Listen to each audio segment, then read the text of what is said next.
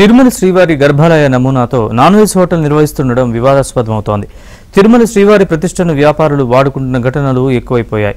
Visakha highway దగ్గర ఈ hotel నిర్వహిస్తున్నారు. దీనిపై శ్రీవారి భక్తులు మండిపడుతున్నారు. ఈ క్రమంలో టీటీడీ ఈవో చైర్మన్ కు జనసేన నేత కిరణ్ రాయల్ ఫిర్యాదు చేశారు.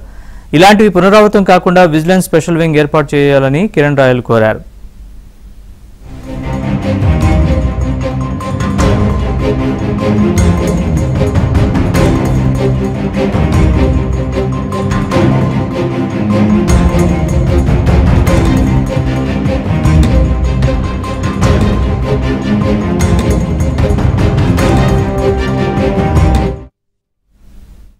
మాట్లాడుతూ తిరుమల శ్రీ వెంకటేశ్వర స్వామి ఎక్కడైతే అన్నదాన క్యాంటీన్లో అన్నదానం ప్రసాదం పెడతామో అలాగే మేము కూడా పెడుతున్నాంట.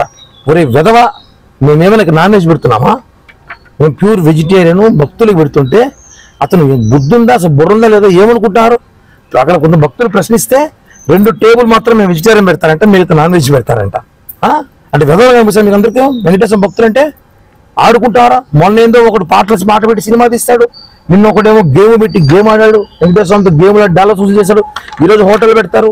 దీని మీద సీరియస్ యాక్షన్ తీసుకోకపోతే భవిష్యత్తు క్లబ్లు పబ్బులు కూడా పెడతారు. వీళ్ళు భవిష్యత్తు ఇవన్నీ పునరావృతం కాకుండా చూడాల్సిన బాధ్యత టీటీడీకి ఉంది. కాబట్టి వెంటనే రెస్పాండ్ అయ్యారు. వెంటనే సంబంధించిన అధికారులు ఎవరైతే ఫుడ్ కార్పొరేషన్ ఆఫీసులు ఉన్నారో వాళ్ళతో ఈవో గారు కూడా మాట్లాడుతున్నారు.